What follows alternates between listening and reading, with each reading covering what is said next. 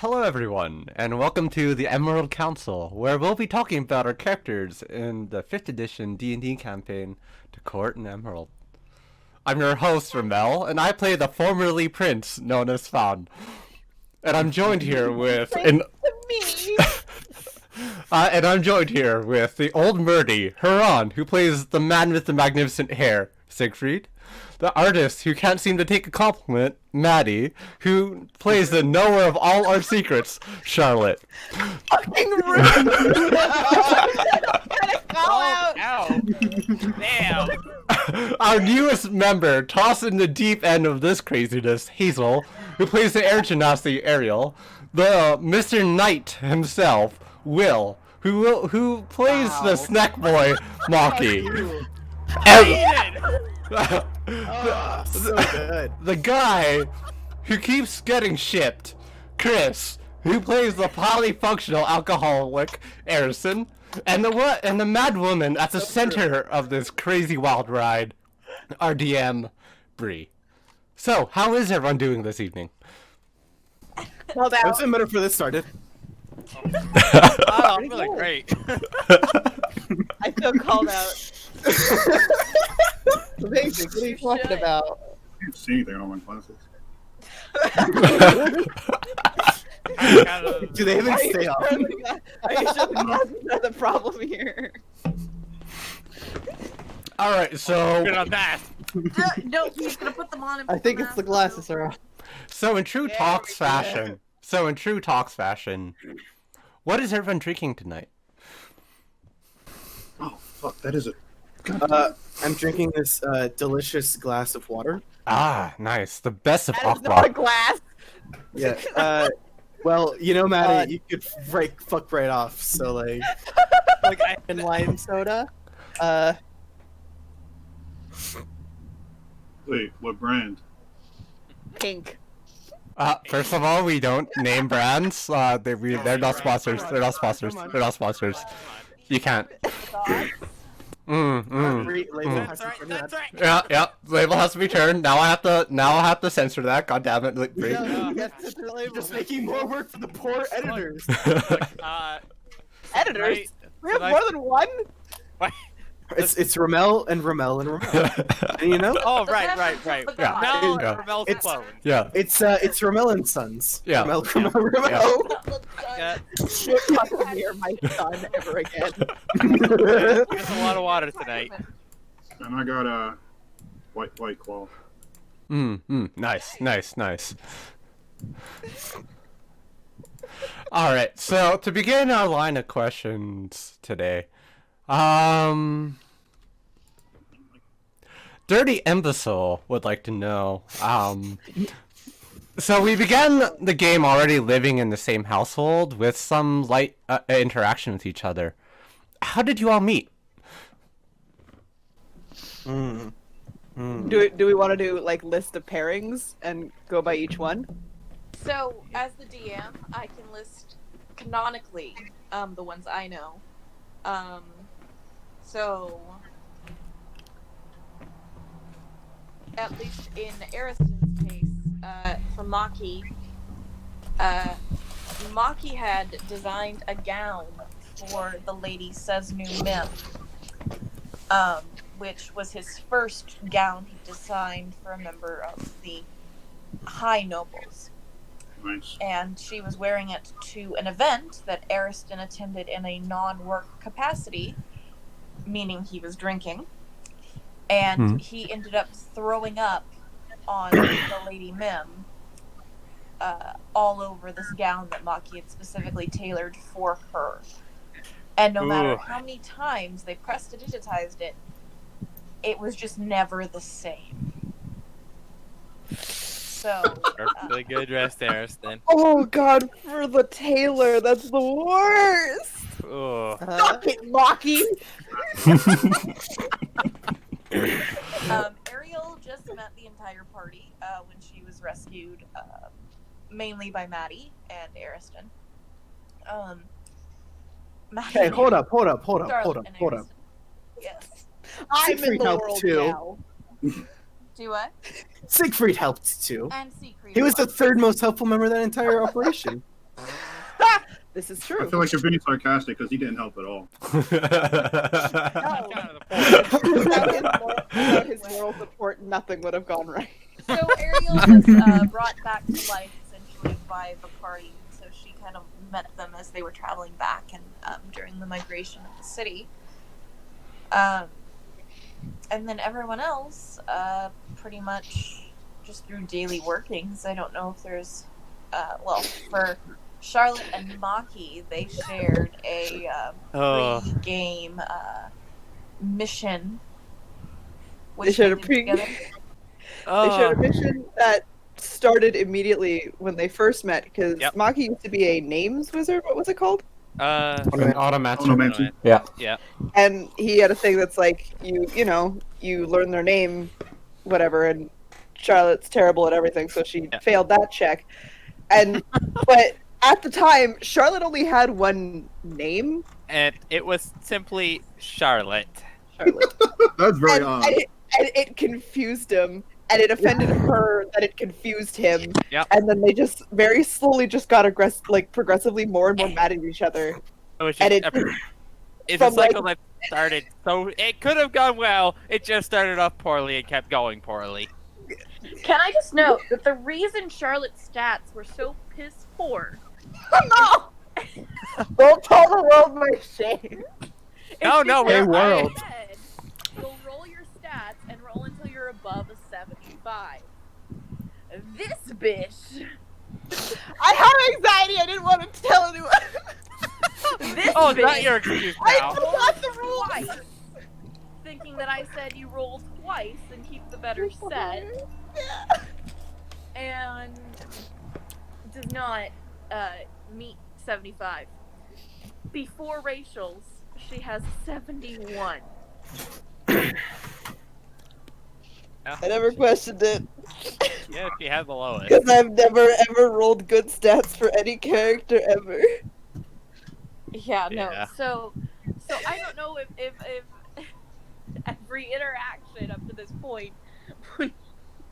Listen, it's fine. I You don't wanna know, whenever why? Maddie rolls, whenever Maddie fails something, she fails it really badly to the point where like nothing is gonna help it. So That's true. That is very true. This is true. No. I'm either very good at something or very bad. There is no like mediocre with me. That's yeah. Just get the mediocre. I do know, I was just thinking about it. Siegfried met Ariston first out of everyone yes, because he came back with Mim, Lord Mim, whatever his Yes. name is, Count Mim at the time. You are- I can't. if I remember correctly, Siegfried is the person aside from Ariston who's been there the longest. Would Ariston actually, at least from Fawn's perspective, because Fawn would have gone to pretty much any party that was held by the nobles, would Fawn and Ariston have met at any time in between that? I like to think that he saw that whole fucking fiasco with that Eris vomiting on the dress then. To be honest, probably. I mean, technically speaking, we all met when we were kids, Yeah, but Way Yeah. wet. except that for canon? Ariel. that is actually canon. Yeah, that Yeah. is Yeah. By canon, everyone but Ariel now was at that party. Gasp! It turns out Ariel was also there the whole time. I was gonna say Ariel's the beast. Wait, what? Siegfried was there too? Yeah, Yeah. everyone was there. Everyone was there. That was the requirement for your backstory. That was the Yeah. one requirement. That was This the one requirement. Oh, you're right. I kind of wrote it into your backstory that there were peace negotiations at one point that your father and other leaders would have taken you to. So, that's just what I assumed it was for your backstory. Your backstory was voluntold. Look, Well, everyone he got I forgot wrote, about he wrote I all forgot of about it. it. It's just, I just assumed that, after reading your stuff, I knew you'd forgotten about it or, like, hadn't heard Yeah. about it. And so I just kind of was like, oh, he was there, his parents were there on a diplomatic mission. And so you went along with them. So, Cool. That adds a little bit more context to some things. Okay. To answer your question, probably. Anytime Ariston was any of those parties, if it's like from, he's 21 now, if it's from prior to 3 years ago, he actually would have been sober, but he also just genuinely hated all of those events. So he probably would have just been, said hi to everybody and then walked outside. For Maki, yeah, I guess that's that. Yeah, that would make sense. That and also, tearing off the sleeve the second you give him something new. Started tearing it up, and someone was like, "Just don't fucking design it with a sleeve." Siegfried probably would have met him the same day that he saved Sora. Because Sora's basically his little sister. And Charlotte, I don't know. Charlotte's a fun one because she was in the house for a while. Well, not a while. I think she was one of the newest members of the house. Maki and Charlotte had been with the house for about a month. Yeah. Fawn had been there for about 3 months. Oh man, I had it reversed. Siegfried had been there a year, and Ariston had been there 7 years. 6. 6 years. My bad. I already did. It's not your bad. I already did the dates. So now that I actually know what Charlotte at the time was like before any of the the stuff actually started happening with the party, was very much like she's the in-house cleric. So if you got hurt, if for any reason, she probably would have been called in for just quick pleasantries, and she would have volunteered to help with anything if anyone needed it. But other than that, she had kept relatively to herself until everything had started happening. So Till shit hit the fan. till shit hit the fan, she was just the little cleric running around healing shit. So, I also kind of And purposely googly eye pranking every yeah, I I kind of purposely love the designed. googly eyes. I kind of purposely designed Arison because we hadn't decided anything backstory-wise. So I literally designed him so you guys wouldn't have known him. Like you would have met him a couple times. You would have seen him around the house, but she would have actually really had any major interactions with him. Fair enough. So. That's kind of what I did with Charlotte.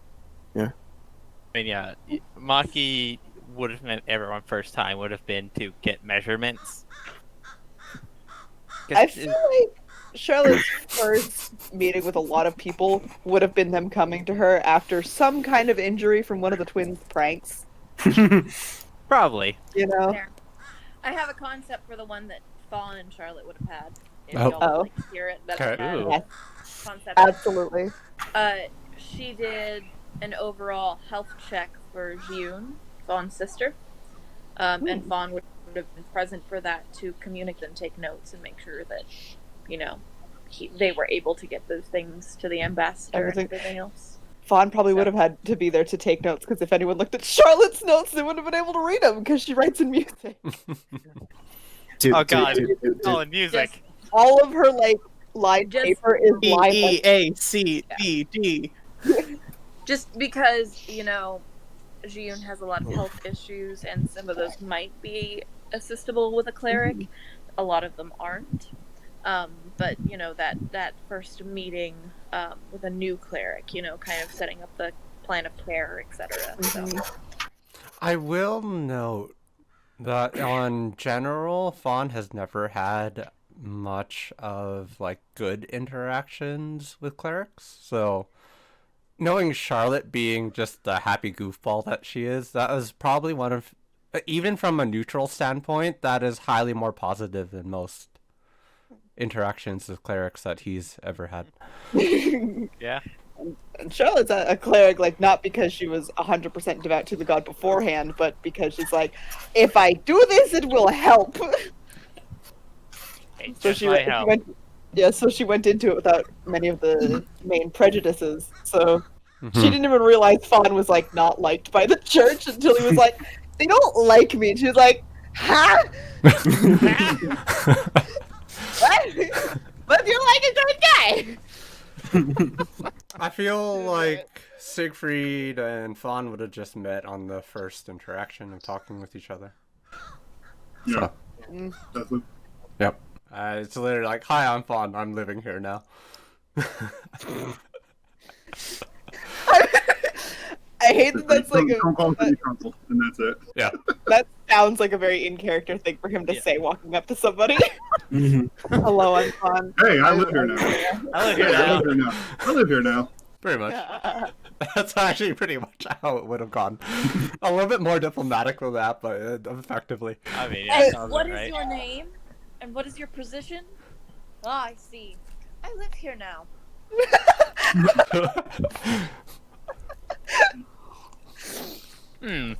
Or rather, I'll look forward to make use of your services as I too live here now. So Maki and Siegfried, what would that? That would have been like the measurements. Yeah, that. Yeah, Charlotte would have been measurements. mentioned Maki. Yeah. Yep. Siegfried and Siegfried and Charlotte. After a scrape during training, or after a mission, or It would probably be Sora during training or something like that. A mishap, either during his own training, maybe he would go see her. Mostly just to see how capable she is, not because he actually needed the help. I want to say rude, but that's really in character for him, and it's hard to be offended. But yeah, because Charlotte, like, when you first get a look at her, looks like she does not know what the fuck she's doing with anything, and I love that. I think that's everyone's major meaning. Yeah. I think that's Yeah. everybody.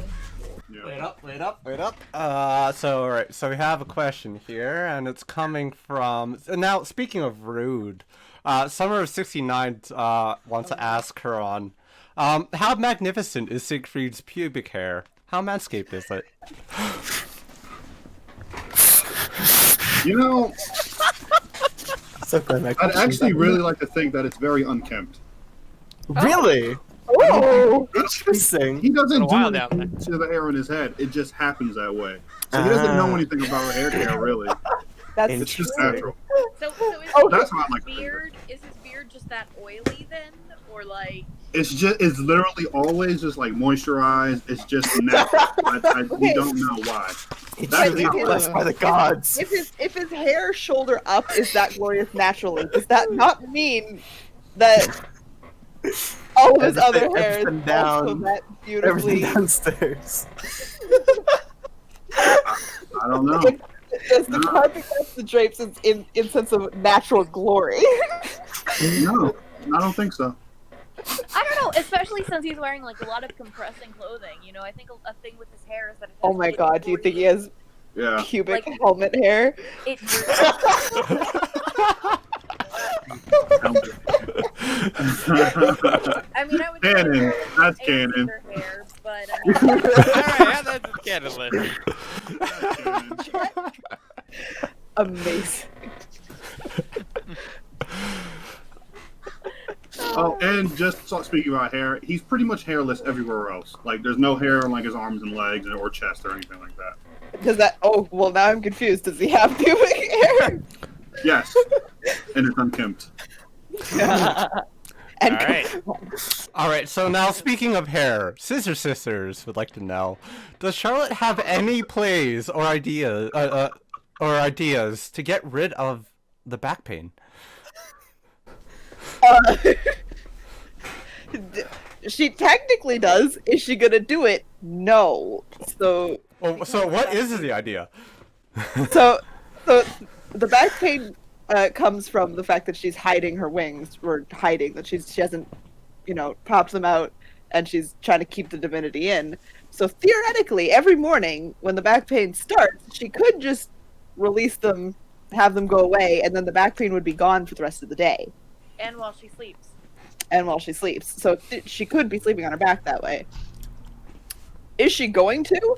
No. She is much too scared of that divinity itself to actually do anything about it. So thusly she will sleep on her face, and she will deal with it. And she will be a pain in the ass for all of Maki's designs. Sorry, pain in the back for all of Maki's designs. Yeah, that's what I hope so. So, Hey, it's just a bonus making everything hard for Maki. But it all comes down to Charlotte's choices. So going from another C word to Ozzy's word for buddy, would like to know. I'd like to ask Hazel, based on what she's seen, what are your thoughts on each character in the party? Ooh. Charlotte's a saint because she's the one who did most of the work. Ariston's all right. He seems plucky and a bit upbeat. She thinks she has a lot in common with Fawn. Maki and Siegfried both pique her interest, though she doesn't know much about them. She'd like to talk to those three more, but most of her interactions thus far have been with Charlotte. Oh yeah. Maki, he's an absolute asshole. Just avoid him at all times. Honestly. What a piece of shit. I mean, yeah, She's that's- not, All not quite on the train interactions yet. look, The only people on the train right now, full are heart, those is two. All right. Two. Oh my god. Remember, Will, you have to do the opposite hand gestures for Fuck, Discord. right. The only people on the train is Ariston and Ariel. All right. Now, speaking of assholes, Help Desk Clippy would like to ask Maki. Maki is considered a pure blood Yuan-Ti, despite growing up as an adopted child into a human house-aligned parents. While learning to be a tailor as a trade, how did he happen to pick up the specialization of poisons? So poison began mostly when he was trying to figure out an inspiration for his clothing. The idea mostly to him came from the idea that most poisonous animals tend to be brightly colored. So, with that idea in mind, he started to replicate the idea of brightly colored designs for his clothing. And on the side, he got curious about learning poison, so he did a bit of research, and that started that whole train. So, for the most part, it's mostly stems from his wanting to learn more about design. Ironically enough, is why he poisons people. Hey, look at the neat outfit. That is Oh, really shit, I killed someone. Oh shit! I killed someone. I was not Oh expecting fuck. that. No, that was one I actually had written down for a while. Oh, wow. Now, speaking of design, It's your character concept. oh wow. Speaking of design, Shiro, as a function of Emiya, would like to ask about Ariston's arm tattoo. It was originally a bronze dragon. What is the story behind it? First off, fuck you for that username. That was really good. That's a good username. Can you say? I got so wrapped up in that username, but what? So Shiro, as a function of Emiya, would like to ask Ariston about his arm tattoo. It was originally a bronze dragon. What was the story behind that? So the story behind it is that the Elazir are 12 different tribes, and each member of that tribe,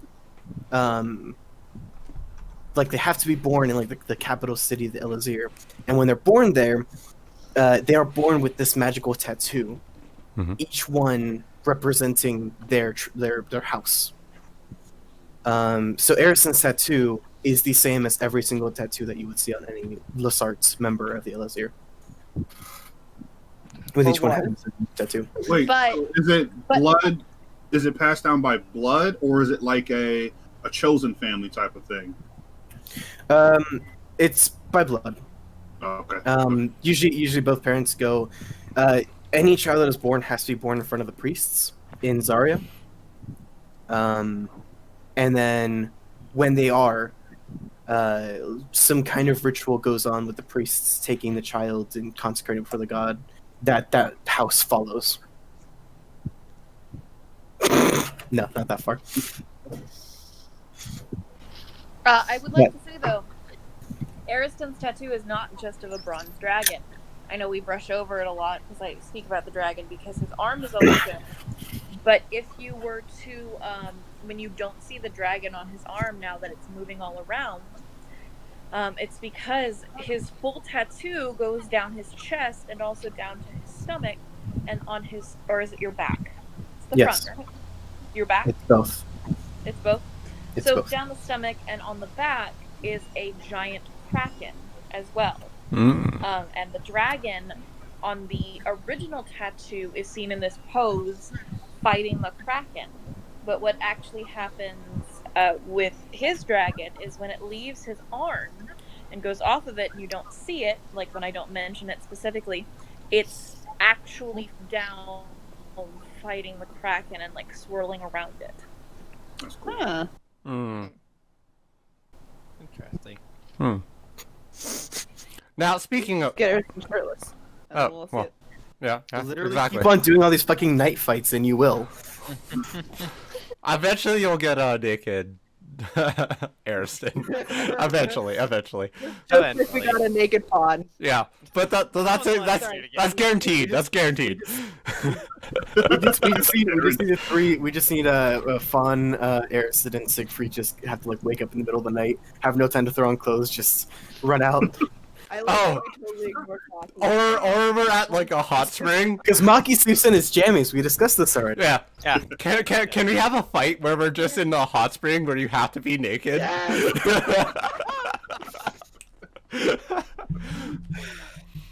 All right. So speaking of fights, Andrew Jackson's Jihad would like to know. Wow. I would like to ask Bree, regardless, what is some of your inspiration for this campaign?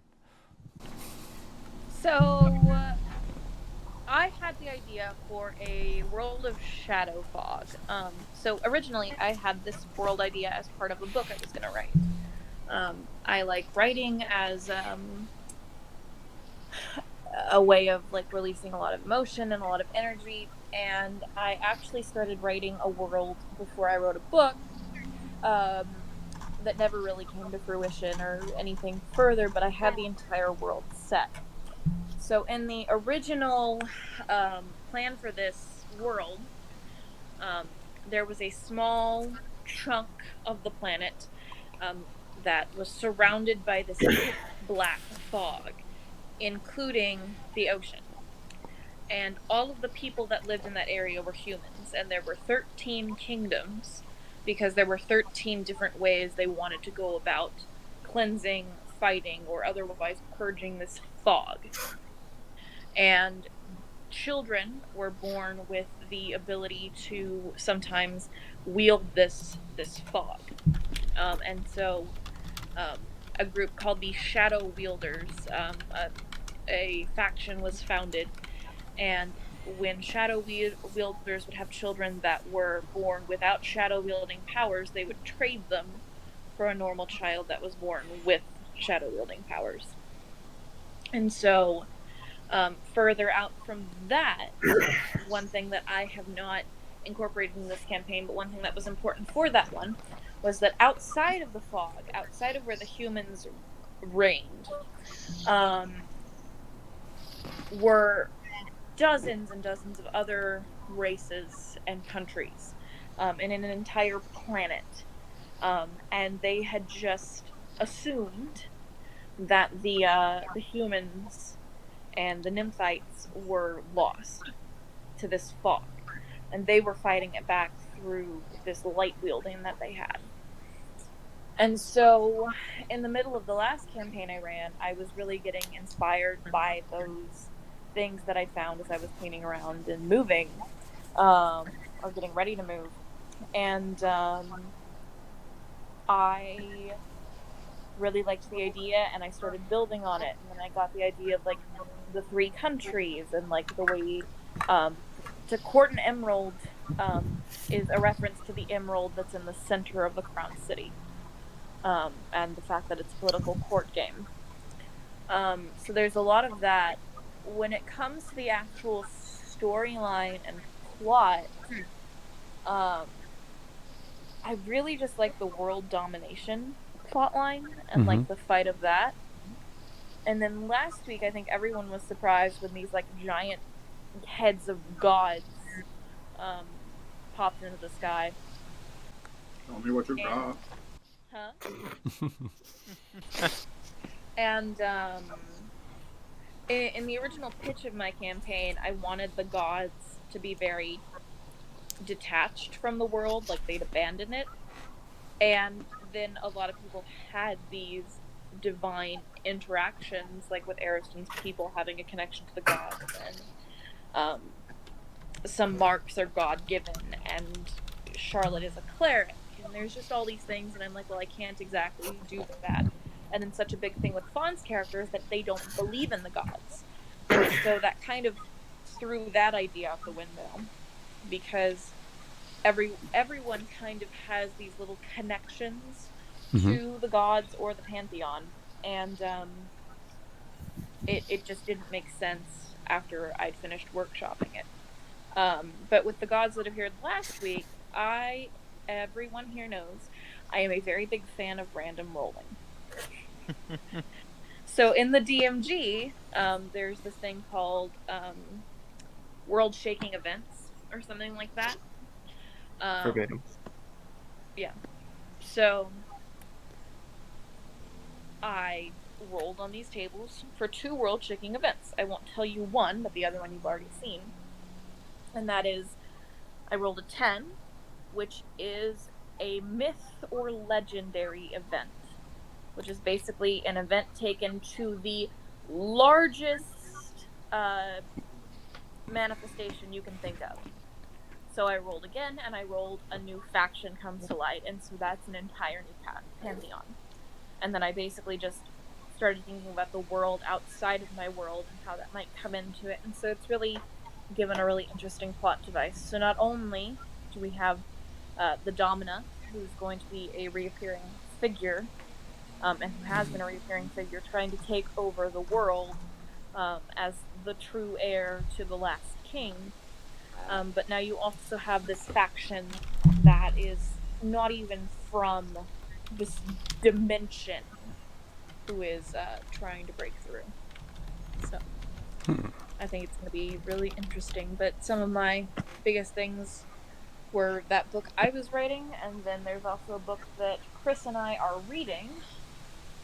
And that's also where some of my inspiration comes from for that. So there's a lot of interesting things in here that I reference a little bit. So, Nice.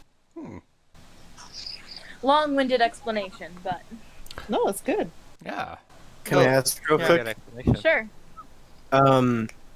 The Crossroads is 100% just a She-Ra reference, right?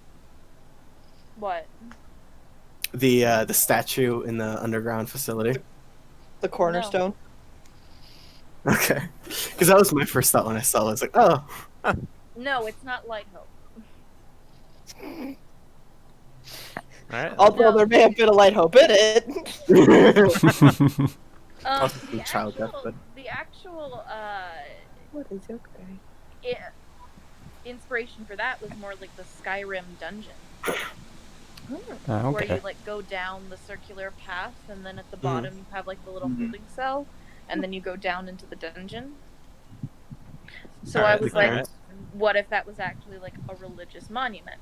And so that's kind of where it came from, was that area is still covered, and this Minecraft beacon Skyrim pillar is pretty much what it is. It's a Minecraft beacon, pretty The much. pillar narked on us. it's Oh. really. There's so many goddamn narcs in this campaign. I don't know what Ariel, you're if I'm the talking fucking about. narc, I don't know. I don't know what's gonna happen. You know. The only person Charlotte is sure is not a narc is Ariel. Yeah, same. Is yet to be seen. Until she's proven that she is also a card holding narc. Are there any other inspiration questions for where stuff has come from my world, if anyone wants the screen lifted a little bit?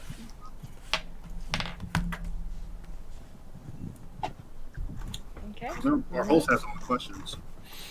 We didn't write these. I don't know why you're asking us that. I know. These are all viewers submitted. Yeah, exactly. Jeez. Yeah, seriously. Jeez. No, Chris just asked me a question about my inspiration, so I was wondering. No, that was totally a viewer question. That was a viewer question. That's not a viewer question. that's a Jeez. viewer I'm watching. Exactly. I have 2 monitors. I'm watching the Twitch stream on this side. You know. Yeah, go on. Jeez. Jeez. God damn it, guys.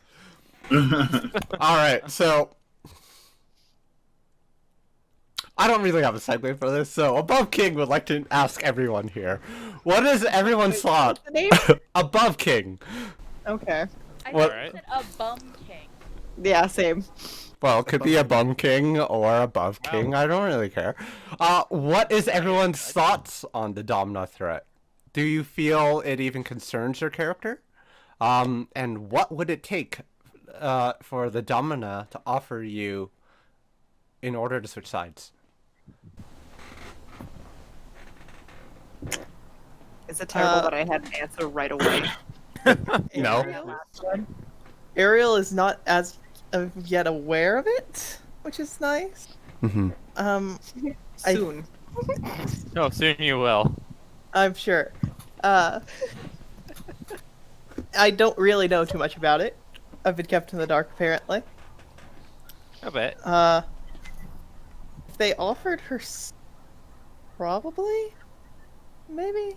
Yeah, there's not a lot she wouldn't do for that kid.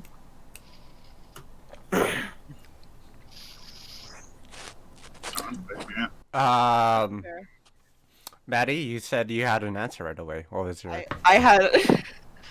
So It's like a chess Charlotte's game. like entire ass purpose of becoming a cleric was because it's not a study that it was wiped out from her homeland, Mm-hmm. and it's like the one thing required to clean her homeland because it's.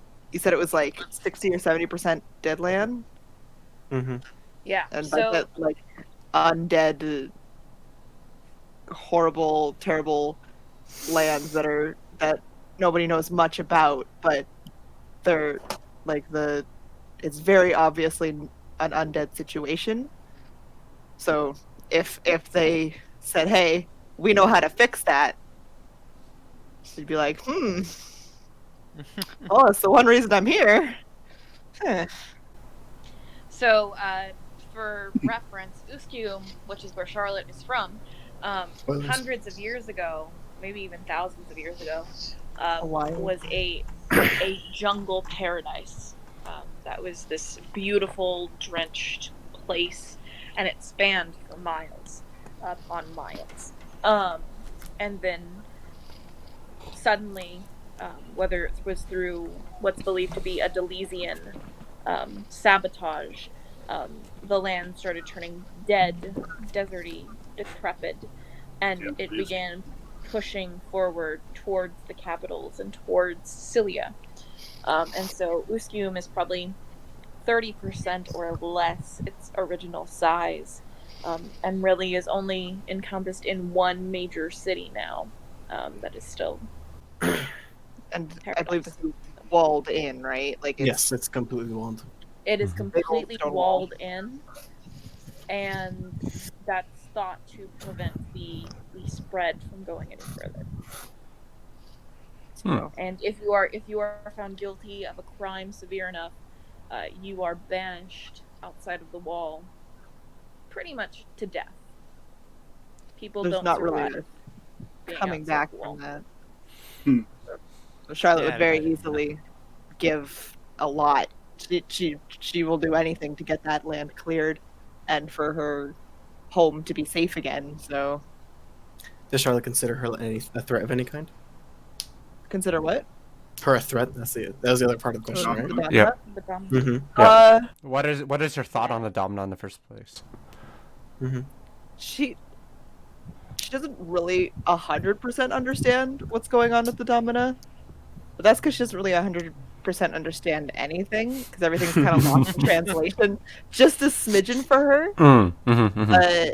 If she could 100% understand the actual situations that she's been in and like what they were actually saying, she'd probably be a lot more scared than she is.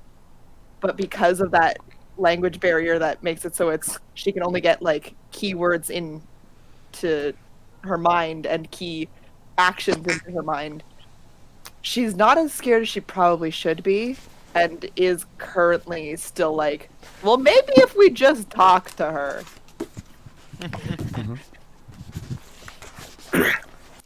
I know for. I think I mentioned it. Oh yeah, go ahead.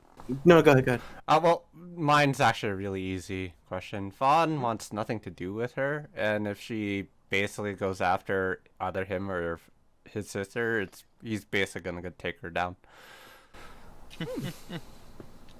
And there's nothing she would offer. There's nothing.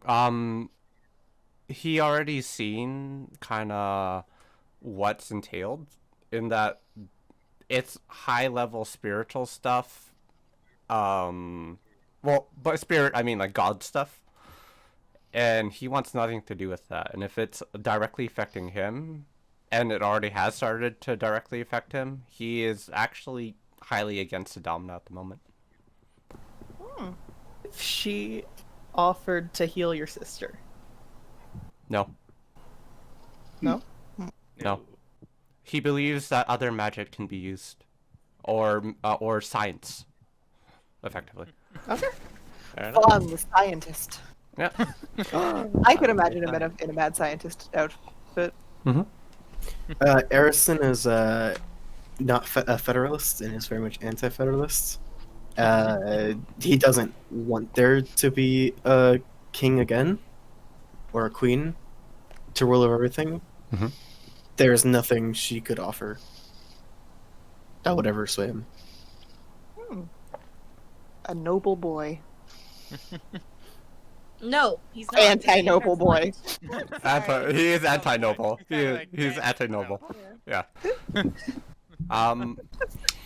Maki, Will.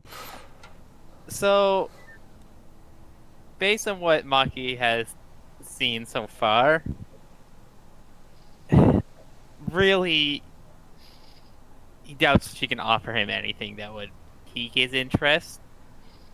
At the moment, he's maybe found that book on hell, but he's already gone through that entirely and figured out what he wanted to know out of it. And gave himself a plus fuck you to hell checks. Like, he got expertise in So hell. rarely used, though. I mean, So rarely used, but when it's used, What are he you goes. talking about? It's like once every 5 sessions. It really It's once every 5 sessions, and then like in that one instance, he rolls it like 4 times. Yeah. There's Yeah. like 4 things he needs to know, and he's like, "Wow, I'm an expert." I read through the Hell book pretty well, but he mostly read through that book to figure out how this dimensional stuff works. Hey guys, come on, let's not rag on him too much. He needs to know where he's gonna go. Yeah, exactly, I right? know. He's got to go Prep, come on. Alright, Ron. Monkey has no idea what afterlife he's going to yet. Alright, Um, how about for Siegfried? you already know what I'm about to say. Right now, he's our actually. viewers don't. Yeah, true. Hello, viewers. Yeah. A Hello. bumpkin obviously Siegfried. doesn't know. Jeez. Yeah. Siegfried isn't really too concerned with the Domina right now. He's kind of like writing down everything he uncovers about her in like this little book. Like, I might be able to do this later on. Like, this is okay. That's where she went wrong here. This, she proves that. I will not join you, but I will outdo you. What? Yeah, Look, it's like one of those. do this. I may as well do it properly. Yeah, it's one of those things. He's learning what not to do from her, as he helps take her down. But if she did come to him personally, not through any surrogates or anything, I'm pretty sure. And if she knew what his situation was, and hunting down some folks and some higher ups, he could be persuaded to jump ship. Right now, his loyalty is mostly to the rest of the party, just as individuals, not to any place or any person, like any political party. I don't trust that mostly, narc. Mark, if you will. As a deeply fractured person could be attached to someone. Alright. So, speaking of deeply fractured people, Aries Berry would like to know. Ew. Huron, what was Siegfried's motivation for running away from meeting his old friend?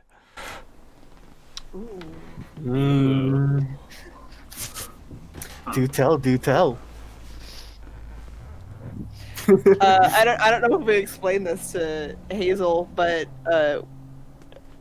when in Charlotte's temple, Siggy bitched out. Siggy bitched out because they had found a person who was completely paralyzed, couldn't talk, and nobody knew their name, so no one could, use sending on him to get any information out of him. So Charlotte convinced the temple to let Fawn in there. Fawn used it as an excuse to rescue his girlfriend. They did get his name. Now fiance. Now fiance. Happy couples, happy couples.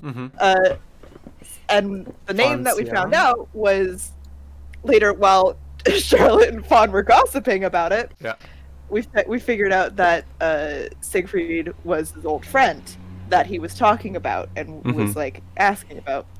And then, so Charlotte the next day dragged Siegfried down there, and Siegfried had agreed to be like, yeah, I could see him and give some advice. And then at the fucking steps of the temple, he just goes, no, and fucking turns tail and books it to the library. I believe his words were, I can't do this. Basically. Yep. Turned on a dime. So, I think the reason for that is twofold.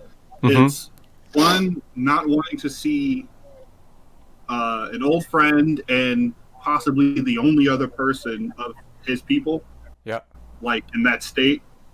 And then also, he didn't even want the slightest chance of being talked out of his anger.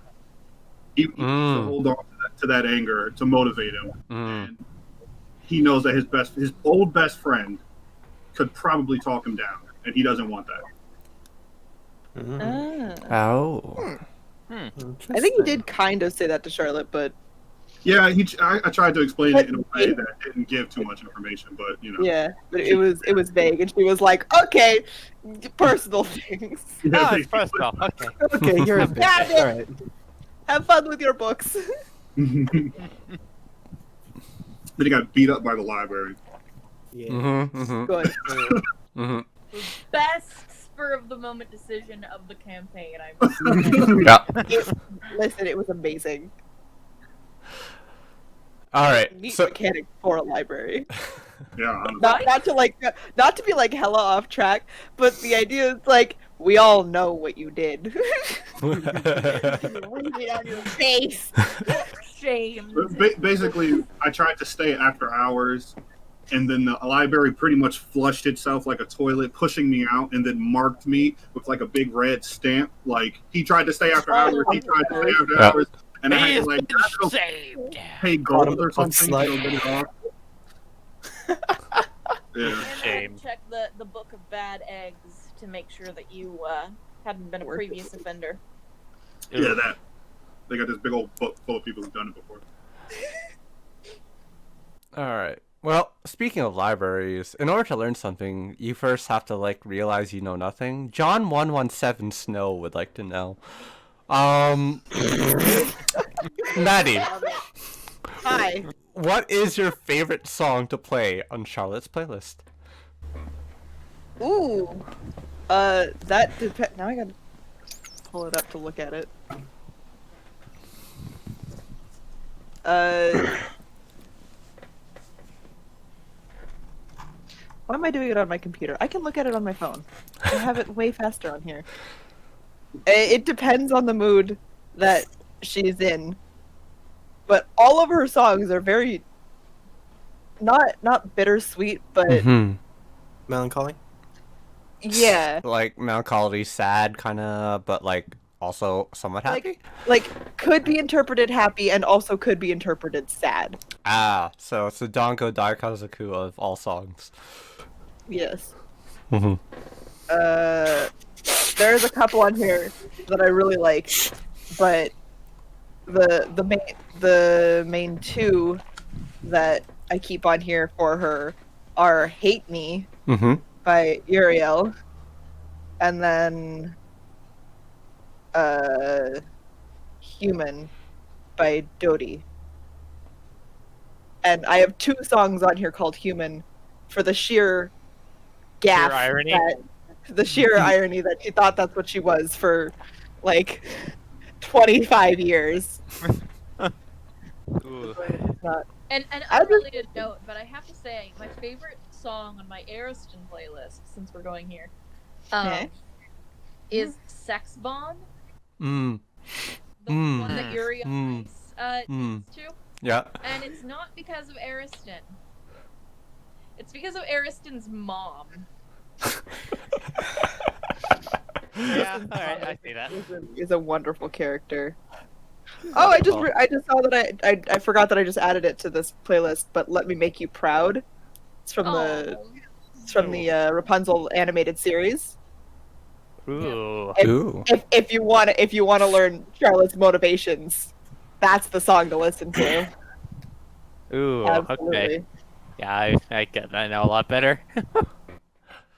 All right. Now, speaking of bands and songs, Hazel, Ready Steady Goblins would like to know. There has been strife between the Genasi and the Changelings for generations.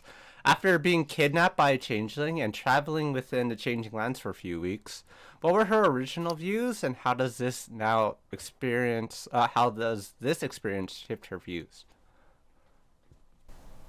I don't imagine Ariel to have ever been a prejudiced person.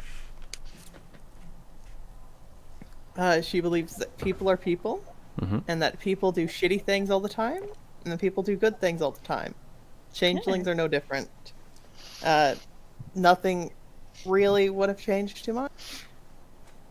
She wouldn't go, they're all bad because this one person fucked me over, even though it's a pretty big fuck over.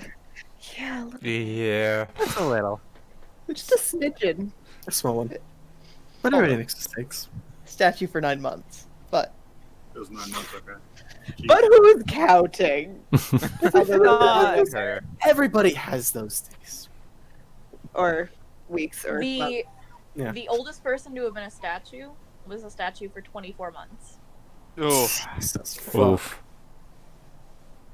So, well, 21. You would have been a statue for 6, and you would have been experimented on for 3. So, oh, Yeah. that That's never. lovely. but Oh, you wouldn't have any recollection of being experimented on. So that's nice. okay. But the All question, the most important question still has not been answered. Does the sound of clapping still haunt her dreams at night? I don't have any memories, so no PTSD. Come on. I mean, that's not exactly how that works, but okay. No, it's not. But Like, that's not how it works at all. But okay, So I love your enthusiasm. So Okay, That's just Ariel's enthusiasm. I wanted to from the never go lab to a live show again. from the lab to the statue. The distance could have been enough, but between the statue and the statues and the wonderful ass cheeks are the fucking bone nagas that rattle around. yeah, that's true. Yeah. So that's So probably many, the so many most little common noises. The sound of dripping, like you just hear that Oh, yeah, shit. that would. for Dripping. months. drips, drips. I don't think. No, she wouldn't have heard that, would she? No. No, she's okay. She's not traumatized by droplets. It's nice. Not yet. No, Rain not would yet. suck Not at Not yet. yet. There's Not time. yet. Mm-hmm. She's young. She's young. She has plenty of time to get traumatized. Look, well, this party, your trauma will come eventually. One of the viewers' usernames isn't like, what's his name? Fantastic ass cheeks. I'm going to be very, very upset. I can't remember the What's guy's one of mine? name. His name is just ass cheeks. for That's me. just his name Mm, now. All right. Ass cheeks Moving Domino. Domina's ass cheeks. Domino's ass cheeks. Listen, if you were Now, a did Super those Bowl- make any sound? I'm curious. Gilbert! Wasn't it Gilbert or something like that? Gil Gilbert's Delroy. All right. Gilbert's Delroy's. Magnificent Fantastic art. ass cheeks. beautiful ass. Top Mm. tier ass. Nice firmament. mm. It's fundaments. Fundament. Oh, fuck. Fundament now. It's the fundamentals. No, Yeah, firmament is an old Jewish belief of how the universe works, and it's what Oh, flat fuck. earthers use at the moment to a lot of them use to claim Sorry that's how to the all Earth of is. our You know what? Same thing. Semitic viewers. No, just to the flat. No. No. Let's say, why are you saying sorry to anybody? No one should be offended. All right. That's defensive. All right. So, crap! I just lost my fucking tie-in here. Ramel Foster, get it together. I know, right? Fuck. Speaking of like not having it all together, Soviet Union would like to know. Will, of all of Maki's current cultural research, what forms of clothing is he currently most proud of for his designs? In what blends of cultural clothing is he most excited about selling? So, right now, mostly there's a few he's not had a chance to go and see himself. That would be the goblins, the beast, the dwarves. I'm trying to remember if there's one more. The Loxodons. Yeah. Look, sorry, he can't see the story yet. Charlotte will not let him see the story. I say you haven't. You In don't that know. land, we ain't going there. I say I don't think you know. I don't think you know Elazir and That shit No. don't make He's gathered pieces from some of the party members. That's the best he's got for those. Except for Charlotte, because Charlotte's just I was denied The him. Elysian magistrates are great. They all wear shoulder pads. Oh boy. But It's the 90s. right now, I would say the ones he's mostly interested in have ended up being the elves Mm-hmm. and the genasi. Mm-hmm. Simply be given what he has seen, spending his time traveling through the elven lands for that vacation. That was a great time for him to learn. Vacation. It Strong. was a vacation. Mm-hmm. those are some great virgin killers. Mm-hmm.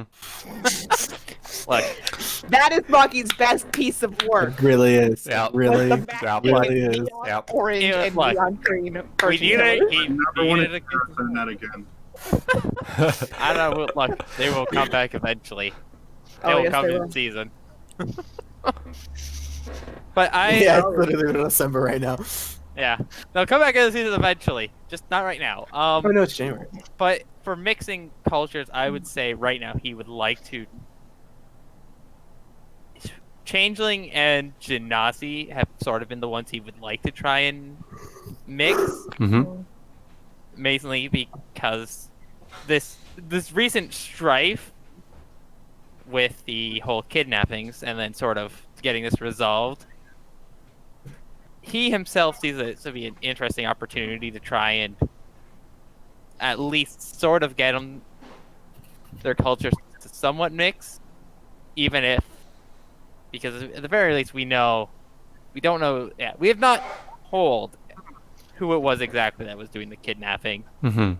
I don't remember. I don't think we told the race at all. So, at the very least, it could easily possibly be spread that it wasn't either of them.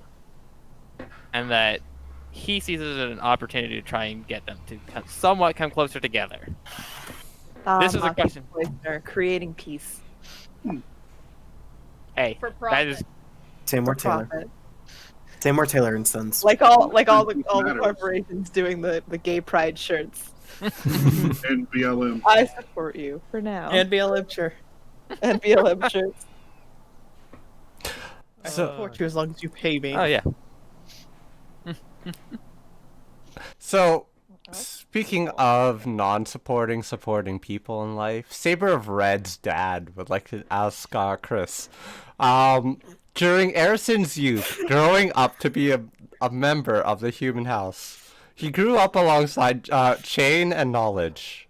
While the three would be gallivanting around as a trio, what was their dynamic like?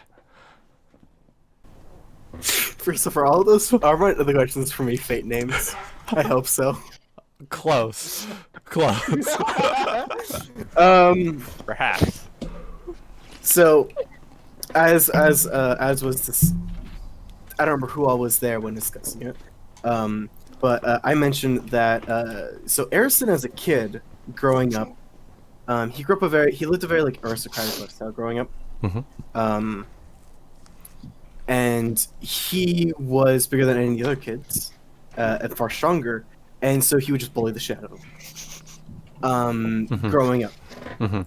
Then when he moved to the human household 6 years ago, he met Shane and Knowledge, and Knowledge and him got along rather well, but Arison 100% was just for a while was like just kind of bullying him. They both were like raised, taught how to fight, and were all given like instructors and whatever. And Arison was always way better. So Arison likes poking fun at him for being a nerd. As for Shane, I feel like Shane is 18 now, right? Mm-hmm. So she would have been 12, and Arison would have been like 14, 15, 15. And 15. They got along relatively well. Definitely not as well as like him and Sora, or the twins. But they still had a pretty amicable growing up together. Sam, they're all his siblings, and he'll take care of them. But she was also being raised to be, the next lady of the house, or next, lord. So she had different duties than him. Well, Concept-wise, sorry. Go ahead. Concept-wise, I had Siegfried like kind of like a second father figure to Sora type of thing, but I kind of backed off of that when I learned that you had like a close relationship to her and all that. I don't know why. I just felt like saying that. You stole my idea. Makes sense. no, that's fair. Well, Haran, you did Sora steal can my have idea. three dads. Haran, you stole my idea first, so I let you be the rogue. I get to have something I else. mean, What was that? What?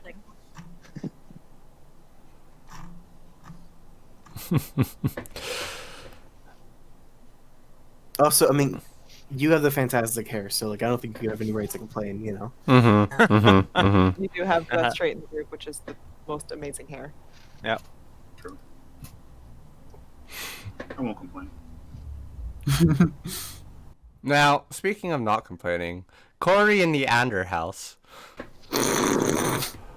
would like to ask Bree, the DM. There's a large non-controlled zone over Central Forest between Majestica and Cilia. Why is that so? so there used to be a group of people who lived in that forest, who fought off the Majestican or Cillian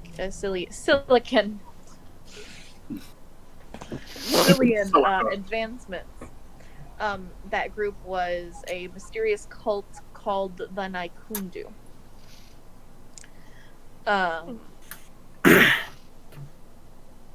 When a power vacuum was created there, about 12 years ago or so, the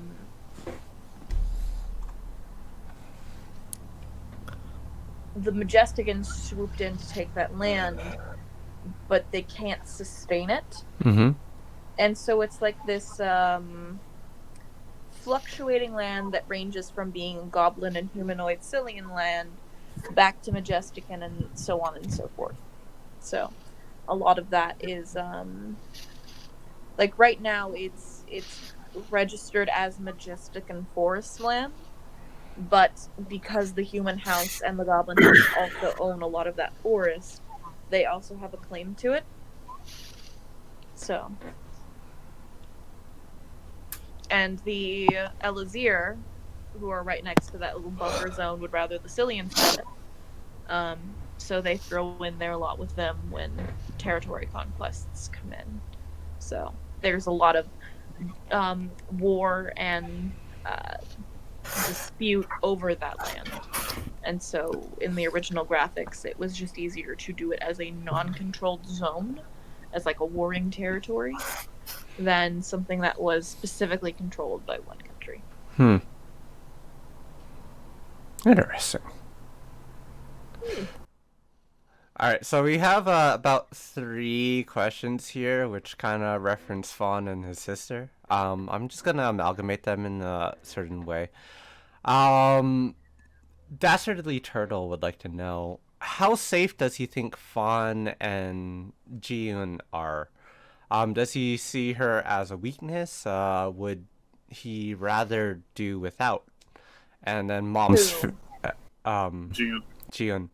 And then Mom's favorite would like to ask, what do you want to happen to Fawn and his sister? So these kind of fall in line with similar kind of topic. At least on my side, if Fawn... So, oddly enough, if Fawn and Ji-eun retain their ties to royalty, they're actually in more danger in their society. The reason why is they are still possibly a claim to the throne. So if they renounce their claim to the throne and cut ties to the Siddle family, they are basically no longer at risk at being assassinated at any time whenever the new king or queen, or sorry, the new high prince or princess takes power. What I want to see happen to Fawn and his sister is, and kind of goes in line with, does he see her as a weakness? He actually does see her as a weakness to how he lives at the moment. Would he ever get rid of her? No. In fact, Fawn in general has actually kept the fact that the royalty within Igduini society often just straight up kill each other for power, has kept that secret from Ji-eun this entire time. Ooh. So basically he wants to still appear as the good brother, in that, mainly in that, like, he still, without her, basically he is her, he sees her as like his emotional core at the moment. Now Ripple is an expansion on that, and there's very few people that he actually like truly cares for. It's pretty much only those two. What would I, as a person, would like to see of Fawn and his sister? I want them to go through more pain. Valid. Yeah. What does Fair. what does Fawn want? Is to basically keep them both as safe as possible.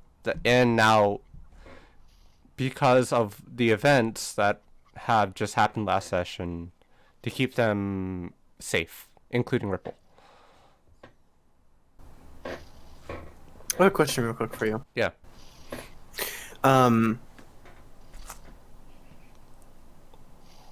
Does Fawn enjoy and want to continue going on the quests? Going out and doing this stuff? Or if he had the choice, would he rather stay? I know he fought against going towards the Changing Lands.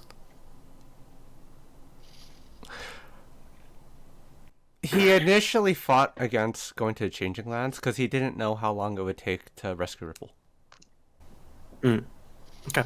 Without that basically freed up him to then see more of the world, because he's been chained up basically in the Choker Manor for most of his life. Right. So this is him being able to see the world. He doesn't. I don't think anyone fancies almost dying to magical plague. But I feel there's very few people who would be like, "Oh man, I survived a magical plague. Fuck yeah!" Other than like you actually did survive. It's more like I never want to experience that again. Right. Yeah. I mean, but also now that he and Jiyun are being cut off. I mean, He what is. skills yeah. Yeah, he doesn't have much. Now that they are cut off, what skills does he have that he can use to make money? I And mean, support Ripple and that marriage and he pretty much has his books and adventuring. That's about it at the moment. yeah. I have other goals in mind, but that got cut short. So I'll have to pursue another avenue for that. Attached to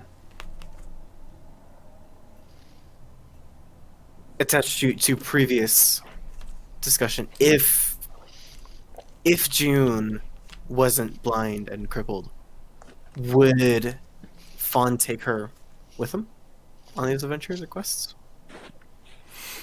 Or would Only he if make her stay? Only if she wanted to come along. Okay. Because she is blind and crippled, he feels more saddened. It's because of that happening. Because otherwise, I feel like she would have been trained in the proper manner of gaining nobility, and then he would actually then treat her as a threat. He actually sees most of his brothers and sisters as people who are willing to kill him. Out to get him. Yep. Yeah. Mm. Makes sense. It's a bit of a manipulation game, but it's also like he's self-manipulating himself and protecting her. Right. Yeah. Mhm. Interesting. Okay. All right, so to get away from some deep, dark shit, Darth Plagueis the Wise would like to ask Will, Oh god. as a wizard, some kind of magical training was involved in education. You stated that he didn't actually go through any magical schooling. Where did Maki first learn how to cast his spells? So, Maki learning his magic mostly stemmed from the event that happened, to everyone but Ariel here years ago. It mostly started out as a small hobby.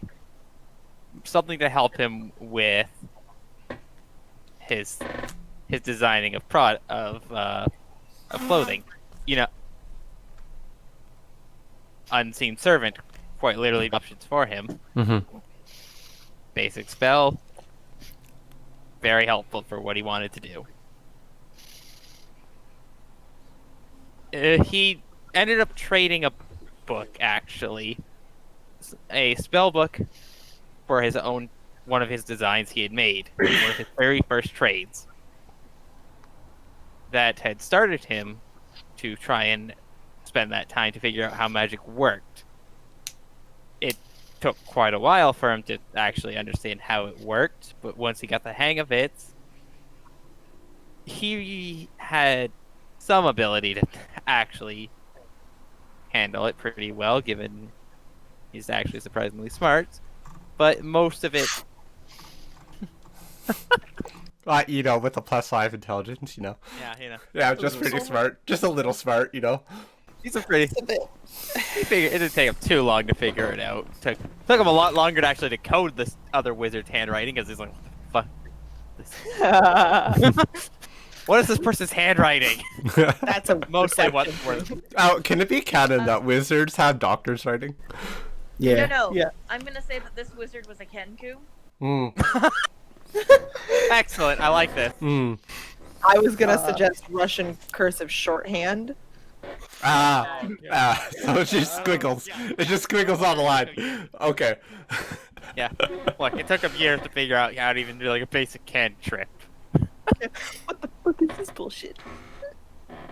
Look, there's also a reason he has calligraphy as one of his skills. He's like, I want to be able to read this damn stuff when I'm writing.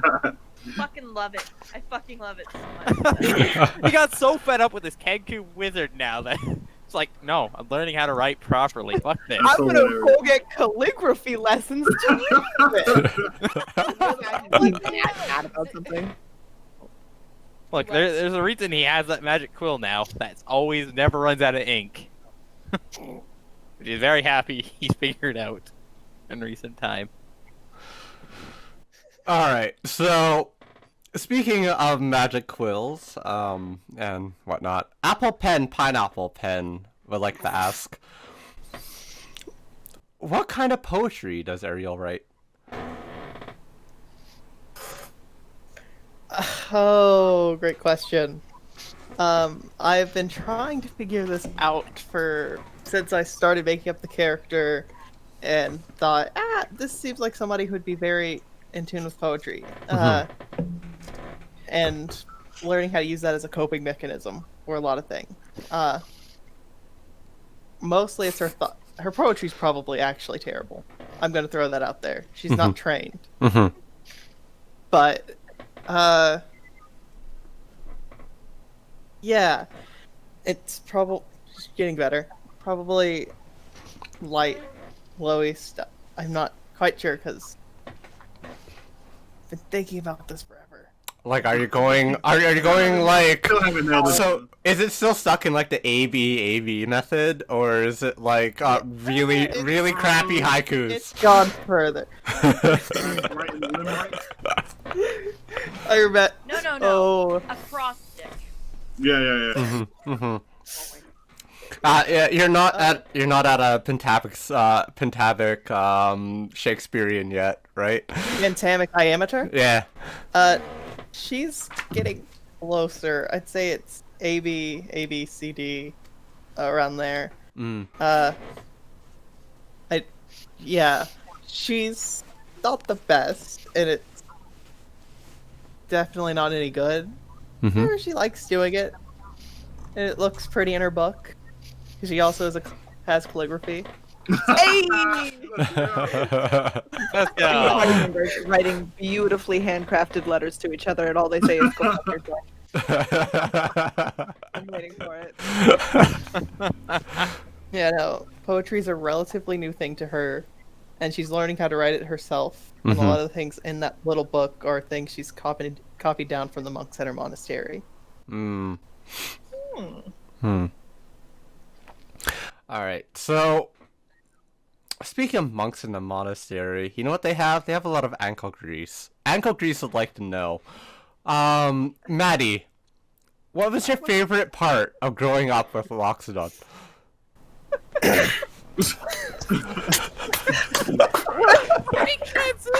Ankle grease? Alright, hell yeah. Okay. Let's go! Okay, well, so that is a good question. Charlotte, I guess an important thing to point out is that Charlotte can't actually speak the entire range of the language. So, so what she has is her father's developed for her so that she could still speak with 100%. Accuracy is the wrong word, but it's the closest one I can. Fluidity? Thank you. So that she can do that, they developed a stone viol. So everything from the strings to the bow, everything is made out of stone. And this transferred to a very fun way of her communicating with everybody. And her favorite part was always how nice everything always sounded together. So growing up, you know, every morning you hear the little baby Loxodons all starting their morning tunes, and when she was very young, she would have been encouraged to do the same. So very, very quickly became her most exciting part of her day was waking up and being able to practice her stone viol and singing along with it. Her morning, So that her morning she could- toots. her morning dutes, so that for her it was I'm more and more being a part of this community because I can now actually talk in, you know, full sentences as opposed to keywords to the people I love. Also, she has 2 Loxodon dads who she loves very much.